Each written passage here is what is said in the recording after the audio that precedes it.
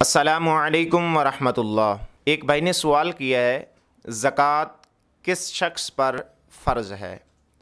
ज़कात हर मुसलमान मर्द, औरत, आक़िल, बालिग़ और जो शख्स साहिब निसाब है और उस निसाब पर एक मुकम्मल साल गुज़र चुका है तो उस शख्स पर ज़कात देना फ़र्ज़ और लाज़िम है।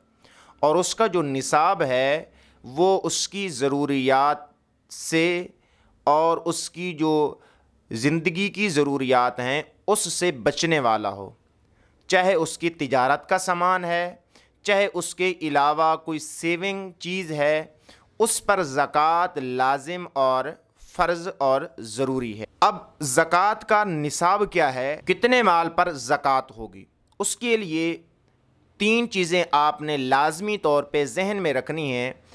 अगर उसके पास सोना है तो 7.5 तोले सोना हो तो फिर उस पर ज़कात लाज़िम और ज़रूरी है। इसी तरीके से अगर उसके पास चांदी है तो उसके लिए 52.5 तोले यानी 52 तोला और एक आधा तोला उसके पास मौजूद है तो इस सूरत में उस पर ज़कात देना लाजिम और ज़रूरी है। अगर ये थोड़ी थोड़ी चीज़ें हैं, 1 तोला सोना है, 2 तोले चांदी है और उसके पास कुछ नकदी सामान मौजूद है, तो इस सूरत में जो हिसाब किताब लगाया जाएगा वो चांदी के निसाब से लगाया जाएगा। चांदी के निसाब की जितनी कीमत होगी इस माल की भी अगर उतनी कीमत हो जाती है तो फिर उस पर ज़कात देना लाजिम और ज़रूरी होता है, लाजमी और ज़रूरी होता है। उस पर ज़कात देना लाजिम और ज़रूरी होता है।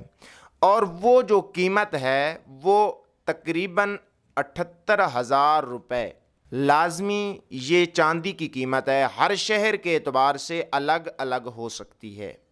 और इसी तरह अगर किसी शख्स के पास इतनी मालियत मौजूद है और उसकी ज़रूरियत असलिया यानी ज़रूरियात से बचता है और इसी तरीके से उस पर कर्ज़ भी मौजूद नहीं है तो उस पर ज़कात देना लाजमी और ज़रूरी है। अगर वो ज़कात नहीं देता तो इसके बारे में एक रिवायत है कि कल क़यामत वाले दिन ये जो माल है उसके लिए गंजे सांप की शक्ल में उसके सामने आएगा और फिर उसके गले में लिपट जाएगा और कहेगा मैं तेरा वो माल हूँ जिसकी तू ज़कात अदा नहीं किया करता था। तो हमें चाहिए हम अपने घर में देखें, अगर इतनी मालियत यानी 78,000 रुपये मौजूद हैं, अगर 78,000 रुपये मौजूद हैं घर में तो उस शख्स के लिए लाजमी और ज़रूरी है कि उसकी ज़कात अदा करे।